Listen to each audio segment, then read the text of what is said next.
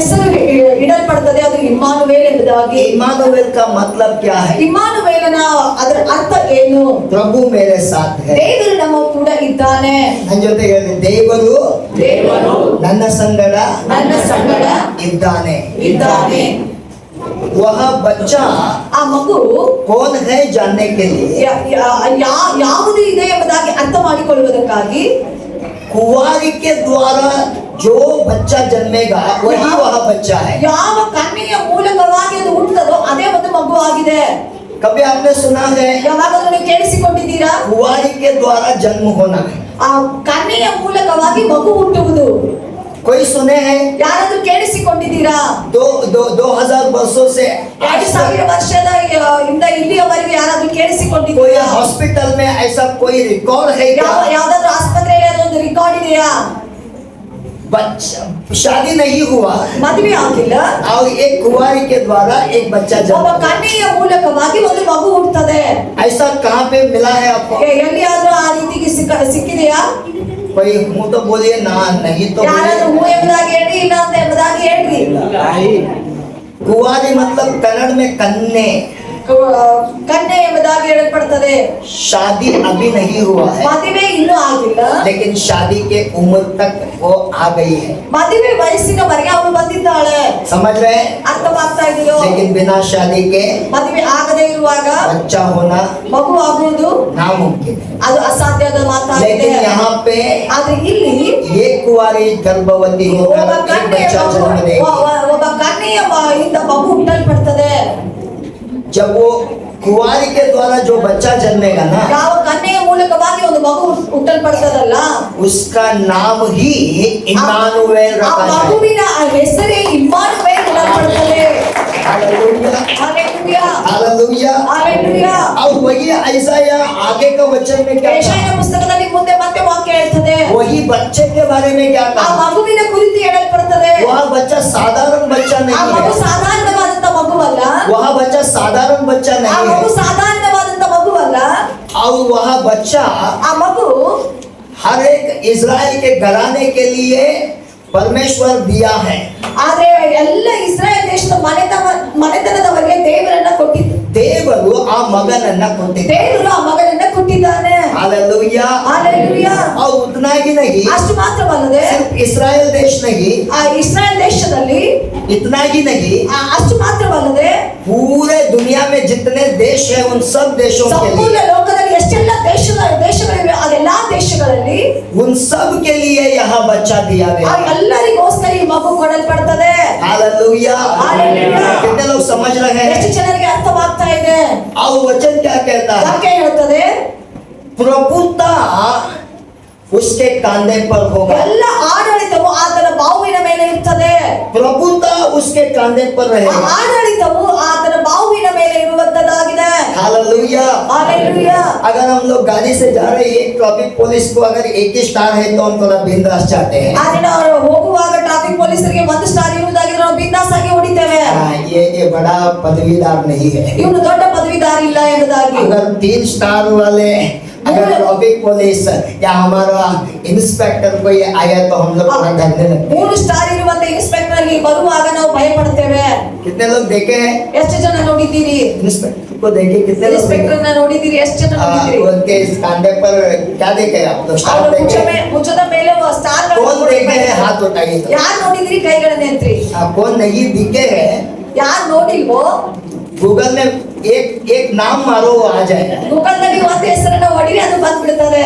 Star inspector मारो आ जाएगा. Star inspector ಎಂಬುದಾಗಿ ಹೊಡಿರಿ, ಅದು ಬರ್ತದೆ. फोटो में आप देखेंगे कि ये प्रभुता उसके कांधे पर है. ಆದ್ರೆ ಫೋಟೋದಲ್ಲಿ ನೋಡ್ತೀರಿ, ಅಧಿಕಾರವನ್ನ ನೋಡ್ತೀರಿ, ಒಂದು ಬಾವಿನ ಮೇಲೆ ಇರ್ತದೆ. स्टार देखकर हम समझ लेते हैं. ಆ ಸ್ಟಾರ್ ಗಳನ್ನ ನೋಡುತ್ತಲೇ ನಾವು ಅರ್ಥ ಮಾಡಿಕೊಳ್ತೇವೆ. यहाँ पे ऐसा कह रहा है, ಇಲ್ಲಿ ಯೆಶಾಯನು ಹೇಳ್ತಾ ಇದ್ದಾನೆ, ये बच्चा ಈ ಮಗು साधारण बच्चा नहीं है. ಸಾಧಾರಣ ಮಗುವಲ್ಲ.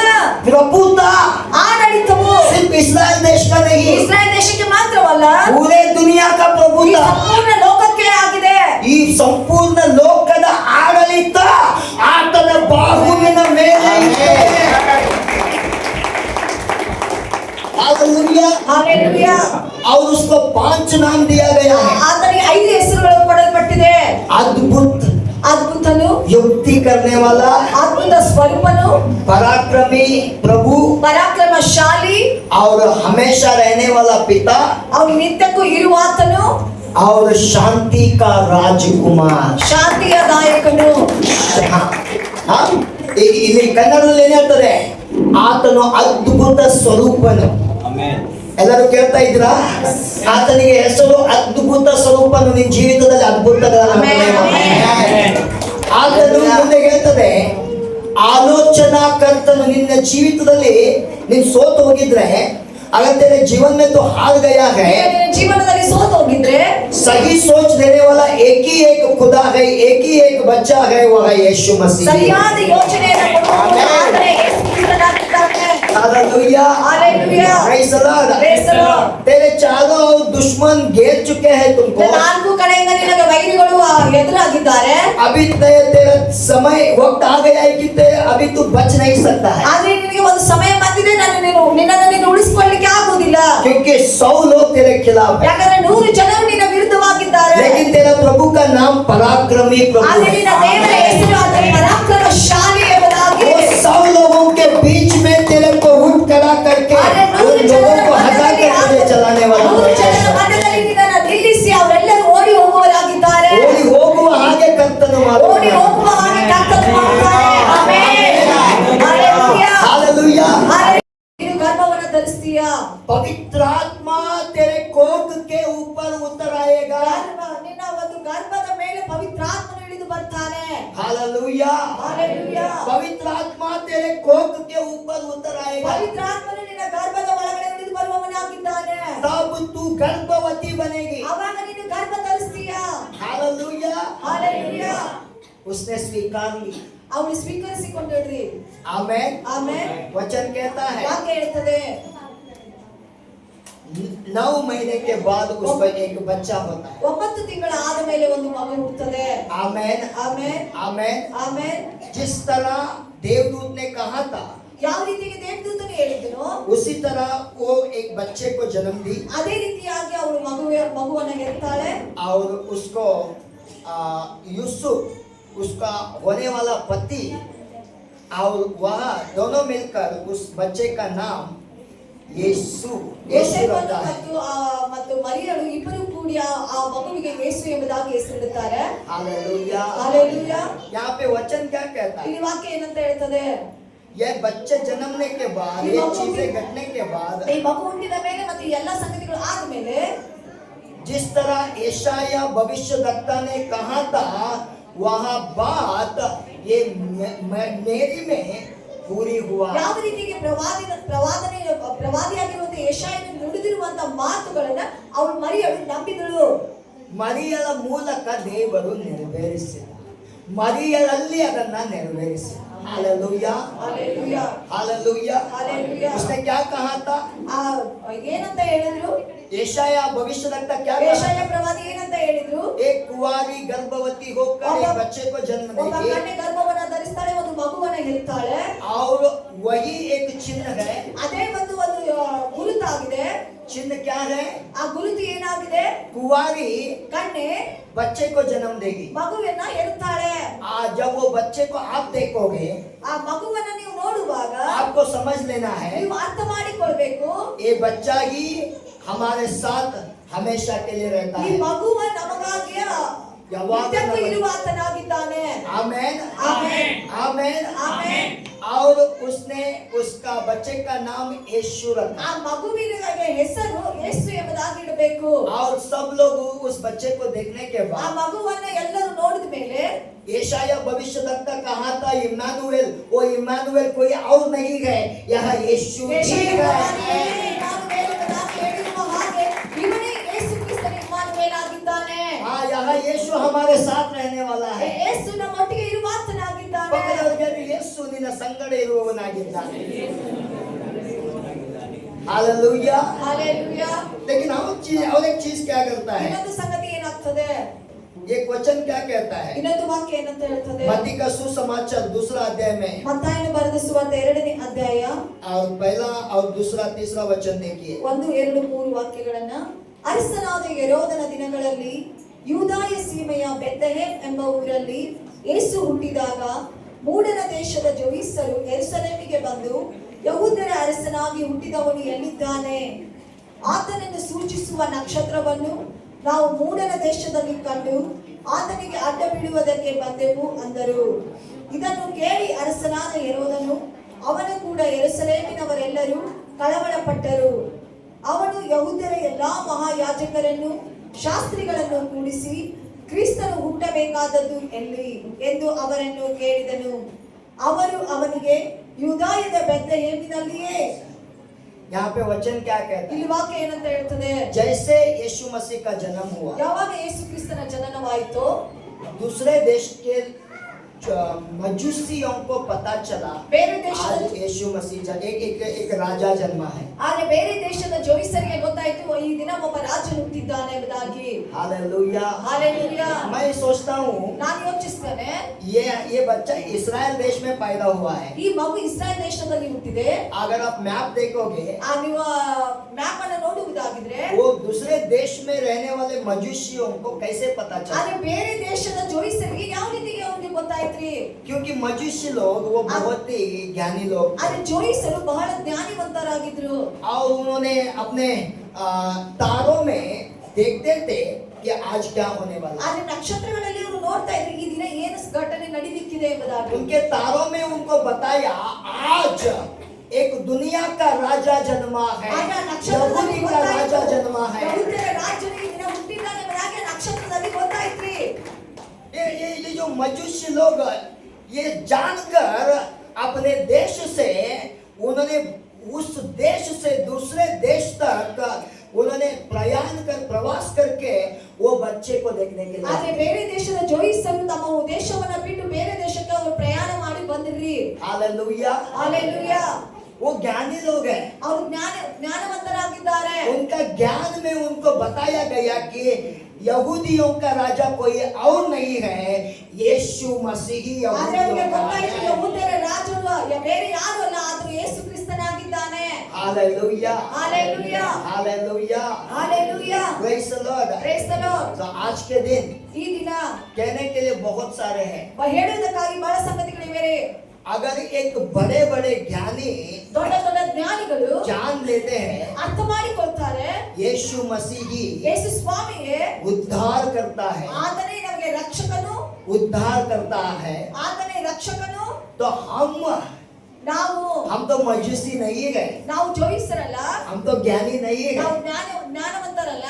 उन ज्ञानियों से ज्ञान प्राप्त करने वाले बच्चे हैं। ಆ ಜ್ಞಾನವಂತರಿಂದ ಜ್ಞಾನವನ್ನ ಪಡೆಯುವಂತ ಮಕ್ಕಳಾಗಿದ್ದೇವೆ. हालेलुया। ಹಾಲೆಲೂಯಾ. क्यों हम छोटे छोटे ये समझ सके कि यीशु मसीह ही मेरा उद्धार करता है। ಯಾಕೆ ನಾವು ಅರ್ಥ ಮಾಡಿಕೊಳ್ಬೇಕಂತಂದ್ರೆ ನಾವು ಯೇಸು ಕ್ರಿಸ್ತನೇ ನಮಗೆ ರಕ್ಷಕನಾಗಿದ್ದಾನೆ. ನಾವು ಯಾಕೆ ಚಿಕ್ಕವರಾಗಿ ಅರ್ಥ ಮಾಡಿಕೊಳ್ಳಬಾರ್ದು? ಆ ದೊಡ್ಡವನೇ ಅರ್ಥ ಮಾಡಿಕೊಂಡು ಅವನೇ ಕ್ರಿಸ್ತನು, ರಾಜನು, ನನ್ನ ರಕ್ಷಕನು, ನನ್ನ ದೇವರು ಎಂಬುದಾಗಿ ಆ ಜ್ಞಾನವಂತರಿಂದ ಜ್ಞಾನ ಪಡೆದಂತ ಚಿಕ್ಕ ಮಕ್ಕಳು ನಾವು ಆ ಯೇಸುವನ್ನ ನನ್ನ ರಕ್ಷಕನು, ನನ್ನ ದೇವರು, ನನ್ನ ಒಡೆಯನಂತೇಳಿ ಯಾಕೆ ಅರ್ಥ ಮಾಡ್ಕೋಬಾರ್ದು? ಹಾಲೆಲೂಯಾ. कुछ तो हो रहा है। ಏನಾದ್ರೂ ಆಗ್ತಾ ಇದೆಯೋ? हालेलुया। हालेलुया। हालेलुया। वो मजूसी लोग कहने लगे यीशु मसीह ही यहूदियों का राजा है। ಆದ್ರೆ ಈ ಜೋಯಿಸರು ಹೇಳಿಕೆ ಪ್ರಾರಂಭಿಸಿದ್ರು ಯಹೂದ್ಯರ ರಾಜನು ಯೇಸು ಕ್ರಿಸ್ತನಾಗಿದ್ದಾನೆ. ये मजूसियों को कैसे पता चला? ಜೋಯಿಸರಿಗೆ ಯಾವ ರೀತಿಗೆ ಗೊತ್ತಾಯ್ತ್ರಿ? ये बारे में, इसके बारे में और हम आने वाले दिनों में सुनेंगे। ಇದರ ಕುರಿತು ನಾವು ಬರುವಂತ ದಿನಗಳಲ್ಲಿ ನಾವು ಕಲಿತುಕೊಳ್ಳೋಣ. ये मजूसियों के ऊपर एक बड़ा सा ज्ञानी था, ಜೋಯಿಸರ ಮೇಲೆ ಒಬ್ಬ ಜ್ಞಾನಿ ಇದ್ದನು. उसका नाम दानियल था। ಅವನ ಹೆಸರು ದಾನಿಯೇಲನು. हालेलुया। हालेलुया। वो दानियल ने ದಾನಿಯೇಲನು अपने भविष्यवाणी में भविष्यवाणी किया था। ಅವನು ತನ್ನ ಪ್ರವಾದನೆಯಲ್ಲಿ ಪ್ರವಾದನೆಯಾಗಿ ನುಡಿದಿದ್ದ. इस टाइम में ಈ ಒಂದು ಕಾಲದಲ್ಲಿ इस्राएल देश में, ಇಸ್ರಾಯೇಲ್ ದೇಶದಲ್ಲಿ, यरूशलेम नगर में, ಯೆರೂಸಲೇಮ್ ಪಟ್ಟಣದಲ್ಲಿ, बेथलेहेम गांव में ಬೆತ್ಲೆಹೇಮ್ ಅನ್ನುವಂತ ಊರಲ್ಲಿ एक बच्चा जन्मेगा ಒಂದು ಮಗು ಹುಟ್ಟುತ್ತದೆ. और वही ಆತನೇ उद्धार करता है, ರಕ್ಷಕನು ಆಗಿದ್ದಾನೆ. वही राजा है। ಆತನೇ ರಾಜನಾಗಿದ್ದಾನೆ. हालेलुया। हालेलुया। जब वो ज्ञानी ये बातों को कह रहा ಆ था, ಜ್ಞಾನಿ ಮಾತುಗಳನ್ನು ನುಡಿಯುವಾಗ ज्ञान ज्ञान सुनने वाले ज्ञानी जब वहां पे बैठे थे, ಜ್ಞಾನಿ ಹೇಳುವಂತ ಮಾತುಗಳನ್ನು ಜ್ಞಾನಿಗಳಲ್ಲಿ ಕುಳಿತುಕೊಂಡಿರುವಾಗ तब उन्होंने लिख रखे थे कौन सा टाइम पे ये बच्चा पैदा ಅವರು होगा। ಬಂದಿಟ್ಟುಕೊಂಡಿದ್ರು ಆ ಕಾಲದಲ್ಲಿ ಯಾವ ಮಗು ಹುಟ್ಟುತ್ತದೆ। आमेन ಆಮೆನ್, हालेलुया। ಹಾಲೆಲೂಯಾ। अब घर जाके पढ़ लीजिए ಈ ಮನೆಗೆ ಹೋಗಿ ನೀವು ಓದ್ರಿ दानियल का पुस्तक में ದಾನಿಯೇಲನ ಪುಸ್ತಕ दूसरा आयत 45वां वचन में 2ನೇ ಅಧ್ಯಾಯ 45ನೇ ವಾಕ್ಯ और 9वां अध्याय 9ನೇ ಅಧ್ಯಾಯ 24 से 26 तक। 24ರಿಂದ 26 क्यों ना हम लोग ये वचन पढ़ेंगे। ಒಂದು ವಾಕ್ಯವನ್ನು ನಾವು ಯಾಕೆ ಓದಿಕೊಳ್ಳಬಾರದ್ರಿ? दानियल का पुस्तक में 9वां आयत में 24 से 26। ದಾನಿಯೇಲನ ಪುಸ್ತಕ 2ನೇ ಅಧ್ಯಾಯ 45ನೇ ವಾಕ್ಯ 24ರಿಂದ 26। 9ನೇ ಅಧ್ಯಾಯ 24ರಿಂದ 26।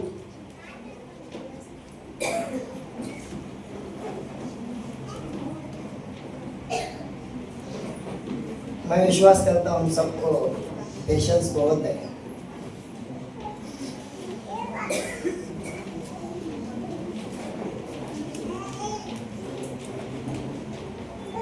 नौवां आयत में वचन क्या कहता है? 9ನೇ ವಾಕ್ಯದಲ್ಲಿ ವಾಕ್ಯ ಏನಂತ ಹೇಳ್ತದೆ? मैं कहना मैं पढ़ूंगा।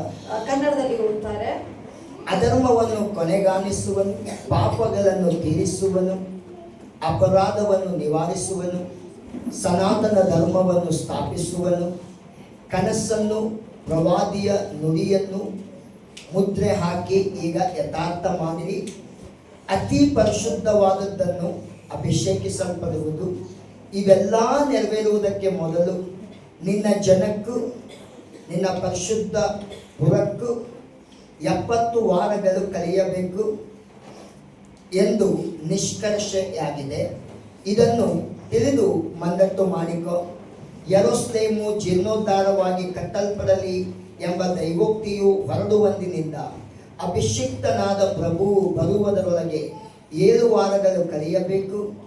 ಅದು ಪುನಃ ಕಟ್ಟಲ್ಪಟ್ಟು 62 ವಾರ ಇರುವುದು. ಅದಕ್ಕೆ ಚೌಕವು ಕಂದಕವು ಇರುವುದು.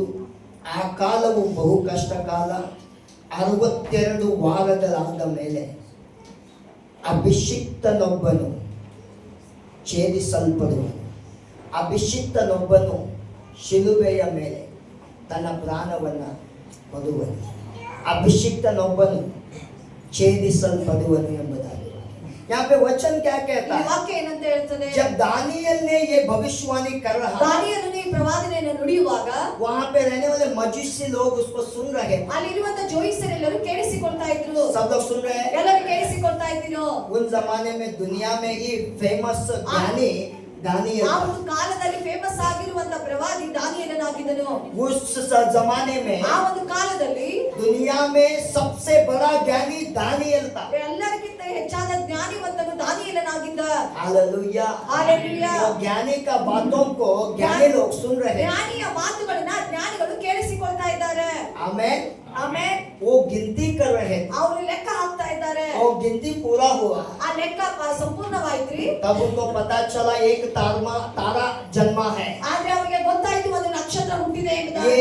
ये साधारण तारा नहीं ಇದು है। ಸಾಧಾರಣವಾದಂತ ನಕ್ಷತ್ರವಲ್ಲ. ये साधारण तारा नहीं है। ಇದು ಸಾಧಾರಣವಾದಂತ ನಕ್ಷತ್ರವಲ್ಲ. यह यहूदियों का राजा को दर्शाने वाला तारा है। ಯಹೂದ್ಯರ ರಾಜನನ್ನು ಸೂಚಿಸುವಂತ ನಕ್ಷತ್ರವಾಗಿದೆ. हालेलुया। हालेलुया। ये दुनिया का राजाओं के राजा का दर्शाने वाला तारा है। ಲೋಕದಲ್ಲಿ ರಾಜನಿಗೆ ಒಂದು ತೋರಿಸುವಂತ ರಾಜನಾಗಿದ್ದಾನೆ. ಈ ಪ್ರಪಂಚದಲ್ಲಿರುವಂತ ಎಲ್ಲ ರಾಜರುಗಳ ರಾಜನಾಗಿರುವಂತ ಆ ಯೇಸುವನ್ನು ತೋರಿಸುವಂತ ರಕ್ಷಕನನ್ನ ತೋರಿಸುವಂತ ನಕ್ಷತ್ರ ಆಗಿದೆ. वो लोग गिनती कर रहे हैं। ಅವರು ಲೆಕ್ಕ ಹಾಕ್ತಾ ಇದ್ದಾರೆ. इसके लिए उनको पता चला आज कुछ हुआ है। ಅದಕ್ಕಾಗಿ ಅವರಿಗೆ ಏನೋ ಗೊತ್ತಾಯ್ತು, ಈ ದಿನ ಏನೋ ಘಟನೆ ಸಂಭವಿಸಲಿಕ್ಕಿದೆ ಎಂಬುದಾಗಿ. हालेलुया। हालेलुया। हालेलुया। हालेलुया। तब उन्होंने सोना ಅವರು ಬಂಗಾರವನ್ನ और मूल लोबान ಆ ಧೂಪವನ್ನ यीशु उस बच्चे को सौंपने के लिए ಆ आए। ಮಗುವಿನ ಮುಂದೆ ಇಡುವುದಕ್ಕಾಗಿ ತೆಗೆದುಕೊಂಡು ಬಂದ್ರು. हालेलुया। हालेलुया। हालेलुया। हालेलुया। वो ज्ञानी लोग कहे हैं ಆ ಜ್ಞಾನಿಗಳು ಹೇಳಿದ್ರು सोना ಬಂಗಾರ ये राजा को ही अच्छा दिखता है। ಅದು ರಾಜನಿಗೆ ಮಾತ್ರ ಒಳ್ಳೆಯದನಿಸ್ತದೆ. सोना ಬಂಗಾರ राजा का ही संबंध है। ಆ ರಾಜನಿಗೆ ಸಂಬಂಧಪಟ್ಟದ್ದಾಗಿದೆ. इसके लिए हे बच्चा, ಅದಕ್ಕಾಗಿ ಈ ಮಗು, ये बच्चा नहीं है, ಇದು ಮಗು ಮಾತ್ರವಲ್ಲ, यह यहूदियों का राजा है। ಯಹೂದ್ಯರ ರಾಜನಾಗಿದ್ದಾನೆ. मैं मेरा सोना तेरे को अर्पण कर। ನನ್ನ ಬಂಗಾರವನ್ನು ನಾನು ನಿನಗೆ ಅರ್ಪಿಸ್ತೇನೆ. Hallelujah, hallelujah, hallelujah, hallelujah. वो अपने एक्शन से, अपना चलन से सब लोगों को बता रहा है ಅವರ ನಡೆಗಳಿಂದ ಅವರು ಎಲ್ಲರಿಗೂ ಹೇಳ್ತಾ ಇದ್ದಾರೆ, ತೋರಿಸ್ತಾ ಇದ್ದಾರೆ. और कोई बड़ा राजा नहीं है, यही राजा है। ಬೇರೆ ಯಾರು ದೊಡ್ಡ ರಾಜನಿಲ್ಲ, ಈತನೇ ದೊಡ್ಡ ರಾಜನಾಗಿದ್ದಾನೆ. आमेन, ಆಮೆನ್, हालेलुया। ಹಾಲೆಲೂಯಾ. और मूर लोबान धूपद्रव्य ಧೂಪದ್ರವ್ಯ उन्होंने उस बच्चे को अर्पण कर दिया। ಅವರು ಆ ಮಗುವಿಗೆ ಅರ್ಪಿಸ್ತಾರೆ. Hallelujah, hallelujah. आपने हमारे हम सब लोग बहुत सारे मंदिरों को देखे हैं। ನಾವು ಎಲ್ಲ ದೇವರ ಆಲಯಗಳಲ್ಲಿ ನಾವು कितने लोग ನೋಡಿದ್ದೇವೆ. मंदिर को देखे हैं? ಎಷ್ಟು ಜನ ದೇವರ ಗುಡಿಯನ್ನು ನೋಡಿದ್ದೀವಿ? मंदिर में सिर्फ पुजारी नहीं रहता ಆ है। ದೇವರ ಗುಡಿಯಲ್ಲಿ ಪೂಜಾರಿ ಮಾತ್ರ ಇರುವುದಿಲ್ಲ. सिद्धेश्वर मंदिर, ಸಿದ್ದೇಶ್ವರ್ ಆ ಗುಡಿ, हाँ, वहाँ पे कौन रहता है? ಅಲ್ಲಿ ಏನಿರ್ತದೆ? सिद्धेश्वर का प्रतिमा रहता है। ಸಿದ್ದೇಶ್ವರರ ಒಂದು ಮೂರ್ತಿ ಇರ್ತದೆ. हालेलुया। ಹಾಲೆಲೂಯಾ.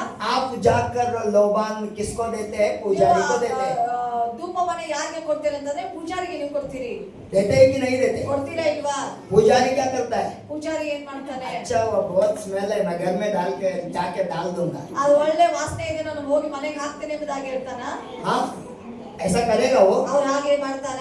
हालेलुया। ಹಾಲೆಲೂಯಾ. पुजारी बोलता है ಪೂಜಾರಿ ಹೇಳ್ತಾನೆ, मैं इसका काबिल नहीं हूँ। ಇದಕ್ಕೆ ನಾನು ಸಂಬಂಧಪಟ್ಟವನಲ್ಲ. ये अंदर रहने वाला ಈ ಒಳಗಡೆ ಇರುವಂತದ್ದು, बॉस ही इसका संबंध है। ಒಳಗಡೆ ಇರುವಂತ ಯಜಮಾನನು ಇದಕ್ಕೆ ಸಂಬಂಧಪಟ್ಟವನಾಗಿದ್ದಾನೆ. वहाँ पुजारी वो लोबान उसको ही अर्पण करता। ಆ ಪೂಜಾರಿ ಆ ಲೋಬಾನವನ್ನ ಆತನಿಗೆ ಮಾತ್ರ ಅರ್ಪಣೆ ಮಾಡ್ತಾನೆ. अब वहाँ पे अच्छा सा स्मेल आता है। ಅವಾಗ ಅದು ಒಳ್ಳೆ ಸುವಾಸನೆಯನ್ನು ತರುವಂತದ್ದಾಗಿದೆ. हालेलुया। ಹಾಲೆಲೂಯಾ. यहाँ ज्ञानी लोबान क्यों लेके आ ಈ रहा है? ಜ್ಞಾನಿಗಳು ಯಾಕೆ ಆ ಧೂಪವನ್ನ ತೆಗೆದುಕೊಂಡು ಬರ್ತಾರೆ? तू सिर्फ राजा नहीं है, ಇದು ರಾಜನ ಮಾತ್ರವಲ್ಲ, यरूशलेम में एक मंदिर है, ಯೆರೂಸಲೇಮಿನಲ್ಲಿ ಒಂದು ಆಲಯವಿದೆ. वो मंदिर के अंदर एक राजा है, ಆ ದೇವರ ಆಲಯದಲ್ಲಿ ಒಬ್ಬ ರಾಜನಿದ್ದಾನೆ. उसका नाम है यहोवा परमेश्वर। ಅವನ ಹೆಸರು ಯೆಹೋವ ದೇವರು. और उस यहोवा परमेश्वर को ही मेरा मूल लोबान ಆ ಯೆಹೋವ ದೇವರಿಗೆ ಮಾತ್ರ ನಾನು ಧೂಪ ದ್ರವ್ಯವನ್ನು ನಾನು ಕೊಡ್ತೇನೆ. हालेलुया। हालेलुया। यहाँ ज्ञानी लोग इसके लिए ಆ ಜ್ಞಾನಿಗಳು ಇದಕ್ಕಾಗಿ मूल लोबान उस बच्चे ಆ को ಧೂಪ अर्पण किया। ದ್ರವ್ಯವನ್ನ ಅರ್ಪಣೆ ಮಾಡ್ತಾರೆ. वो कह रहे हैं ಅವ್ರು ಹೇಳ್ತಾ ಇದ್ದಾರೆ, और कोई उद्धार करता नहीं है, यीशु ही उद्धार ಯಾರು करता ನಿಮ್ಮನ್ನ है। ರಕ್ಷಣೆ ಮಾಡುವವರಲ್ಲ, ಯೇಸು ಮಾತ್ರ ನಿಮ್ಮನ್ನ ರಕ್ಷಣೆ और ಮಾಡುವವನಾಗಿದ್ದಾನೆ. कोई आपको उद्धार देने वाला नहीं है, यीशु ही उद्धार ಯಾರು ಕೂಡ देता है। ನಿಮಗೆ ರಕ್ಷಣೆ ಕೊಡುವವರಲ್ಲ, ಯೇಸು ಮಾತ್ರ ನಿಮಗೆ ರಕ್ಷಣೆ ಕೊಡುವವನಾಗಿದ್ದಾನೆ. हालेलुया। हालेलुया। ये सब होने के बाद ಇದೆಲ್ಲ ಆದ್ಮೇಲೆ वहाँ पे रहने वाले बड़े बड़े राजा यीशु को बच्चे को मारना चाहते थे। ಅಲ್ಲಿ ಇರುವಂತ ಎಲ್ಲ ರಾಜರು ಮತ್ತು ಮಕ್ಕಳನ್ನ ಹೊಡಿಬೇಕೆಂಬುದಾಗಿ ಬಯಸ್ತಾ उस ಇದ್ರು. बच्चे को मारना ಆ चाहते थे ಮಗುವನ್ನ ಹೊಡಿಬೇಕೆಂಬುದಾಗಿ ಅವರು ತಿಳಿದವರಾಗಿದ್ರು. और ಆ ಮಗುವನ್ನ ಕೊಲ್ಲಬೇಕಂತೇಳಿ ಬಹಳ ಪ್ರಯತ್ನ ಮಾಡಿದ್ರು। हालेलुया। ಹಾಲೆಲೂಯಾ. लेकिन ಆದ್ರೆ वो बच्चा साधारण नहीं था। ಆ ಮಗು ಸಾಧಾರಣವಾದಂತ ಮಗುವಲ್ಲ. उस राजा को भी उसको मारने के लिए ಆ नहीं ರಾಜನಿಗೂ हुआ, ಕೂಡ ಕೊಲ್ಲುವುದಕ್ಕಾಗಲಿಲ್ಲ. क्योंकि वह राजाओं का राजा है, ಯಾಕಂದ್ರೆ ರಾಜಾದಿ ರಾಜನ ಆತನಾಗಿದ್ದಾನೆ. क्योंकि वह प्रभुओं का प्रभु है। ಆ ಪ್ರಭುಗಳ ಮೇಲೆ ಪ್ರಭು ಆಗಿದ್ದಾನೆ. आमेन, ಆಮೆನ್, आमेन। ಆಮೆನ್. उस राजा का प्रतिष्ठा करने हम आज के दिन हैप्पी क्रिसमस मना ಆ रहे हैं। ರಾಜನನ್ನು ನಾವು ಪ್ರತಿಷ್ಠೆಪಡಿಸುವುದಕ್ಕಾಗಿ ಈ ದಿನ ನಾವು ಆಚರಣೆ ಮಾಡುವುದಕ್ಕಾಗಿ ಆ ಬಂದಿದ್ದೇವೆ. ರಾಜನಿಗೆ ಸಾಷ್ಟಾಂಗ ಬೆರಗುವುದಕ್ಕಾಗಿಯೇ ಈ ದಿನ ನಾವೆಲ್ಲ ಕೂಡಿ ಬಂದಿದ್ದೇವೆ. ಆತನ ಹುಟ್ಟಿದ ದಿನವನ್ನ ನಾವು ಆಚರಣೆ ಮಾಡ್ತಾ ಇದ್ದೇವೆ. सब लोग समझ रहे हैं? ಎಲ್ಲರೂ ಅರ್ಥ ಮಾಡಿಕೊಂಡು कितने लोग समझे आज के दिन? आमेन। ಆಮೆನ್. चलिए उस प्रभु को हम लोग 1 मिनट के लिए जिस तरह वो मजूसी लोग, ज्ञानी लोग उसको महिमा किए, ಯಾವ ರೀತಿಯ ಜೋಯಿಸಲು ಆ ಜ್ಞಾನಿಗಳು ದೇವರಿಗೆ ಮಹಿಮೆ ಸಲ್ಲಿಸಿದ ಹಾಗೆ हम भी 1 मिनट के लिए है ना। प्रभु तू सिर्फ साधारण प्रभु नहीं है, तू इम्मानुएल है, मेरे साथ रहने ಅದಕ್ಕಾಗಿ वाला है। ಒಂದು ಕ್ಷಣಕ್ಕಾಗಿ ನಾವು ಕೂಡ ಹೇಳುವವರಾಗಿರೋಣ, ದೇವರೇ ನೀನು ಇಮ್ಮಾನುವೇಲ್ ಆಗಿದೆಯಾ, ದೇವರೇ ನೀನು ನಮ್ಮ ಸಂಗಡ ಇದೆಯಾ ಎಂಬುದಾಗಿ ನಾವು तेरा नाम ಹೇಳುವುದಾಗಿಲ್ಲ. यीशु है, तू ही मेरे पापों से मुझे छुटकारा ಆದರೆ ನಿನ್ನ दे। ಹೆಸರು ಯೇಸುವಾಗಿದೆ, ನೀನು ನಮ್ಮ ಪಾಪಗಳಿಂದ ಬಿಡಿಸುವವನಾಗಿದ್ದೀಯಾ. ನೀನೇ ನನ್ನನ್ನ ಪಾಪಗಳಿಂದ ಬಿಡಿಸುವವನಾಗಿದ್ದೀಯಾ. एक मिनट के लिए प्रार्थना ಒಂದು कीजिए। ಕ್ಷಣಕ್ಕಾಗಿ ನೀವು ಪ್ರಾರ್ಥನೆ ಮಾಡ್ರಿ.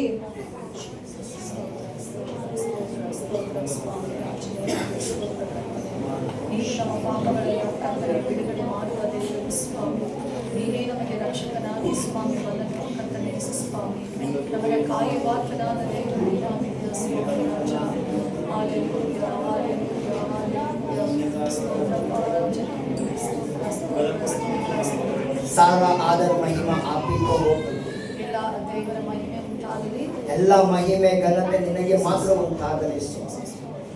और आज के दिन जो कोई भी आपको प्रभु अपना जीवन अर्पण किए हैं, ದೇವರೇ, ಈ ದಿನ ಯಾರೆಲ್ಲ ಅವರ ಜೀವಿತವನ್ನು ನಿನಗೆ ಅರ್ಪಣೆ ಮಾಡಿದ್ದಾರೋ, जिस तरह वहाँ के लोग खुश हुए, ಯಾವ ರೀತಿಗೆ ಆ ಜನರು ಸಂತೋಷಗೊಂಡ್ರು, वही खुशी इन सब के ऊपर आए। ಅದೇ ಒಂದು ಸಂತೋಷ ಇವರೆಲ್ಲರ ಮೇಲೆ ಬರಲಿ ಸ್ವಾಮಿ. आज के दिन इनके जीवनों में बहुत सारे चिन्ह चमत्कार ದೇವರೇ, ಇವರ घटे। ಜೀವನದಲ್ಲಿ ಅದ್ಭುತ ಕಾರ್ಯಗಳು ನಡೆಯಲಿ. इस तरह आपका अद्भुत कामों के लिए एक गवाही बन के ಈ ರೀತಿಯಾದಂತಹ ಅದ್ಭುತ ಕಾರ್ಯಗಳಲ್ಲಿ ಒಂದು ಕರ್ತನೆ ಸ್ವಾಮಿ ಅವರ ಜೀವನದಲ್ಲಿ ನಡೆಯಲಿ ಸ್ವಾಮಿ. ನೀನು ಮಾಡುವಂತ ಅದ್ಭುತ ಕಾರ್ಯಗಳಿಗೆ ಅವರು ನಿನಗೆ ಸಾಕ್ಷಿಗಳಾಗಿ ಬದುಕಲಿ ಸ್ವಾಮಿ। यहाँ पे रहने वाले सबको आप आशीर्वाद। ಇಲ್ಲಿರುವಂತ ಎಲ್ಲಾ ಜನರನ್ನ ದೇವರೇ ನೀನು ಆಶೀರ್ವದಿಸು. प्रार्थना सुनने के लिए धन्यवाद। ಪ್ರಾರ್ಥನೆಯನ್ನು ಕೇಳಿಸಿಕೊಂಡಿದ್ದಕ್ಕಾಗಿ ಸ್ತೋತ್ರ ಸ್ವಾಮಿ. यीशु मसीह के नाम से मैं प्रार्थना करता ಯೇಸು ಕ್ರಿಸ್ತನ ಹೆಸರಿನಲ್ಲಿ ನಾನು ಪ್ರಾರ್ಥಿಸ್ತೇನೆ ತಂದೆ. हूँ, आमेन। ಆಮೆನ್. प्रभु आपका भला करे। ದೇವರು ನಿಮ್ಮನ್ನು ಆಶೀರ್ವದಿಸಲಿ. आगे का समय ಮುಂದಿನ ಸಮಯವನ್ನ इस तरह शेड्यूल है, इस तरह हम जाएंगे। ಯಾವ ರೀತಿಯಾಗಿ ಎಲ್ಲ ನಡೀತಿದೆಯೋ ಆ ರೀತಿಗೆ ನಾವು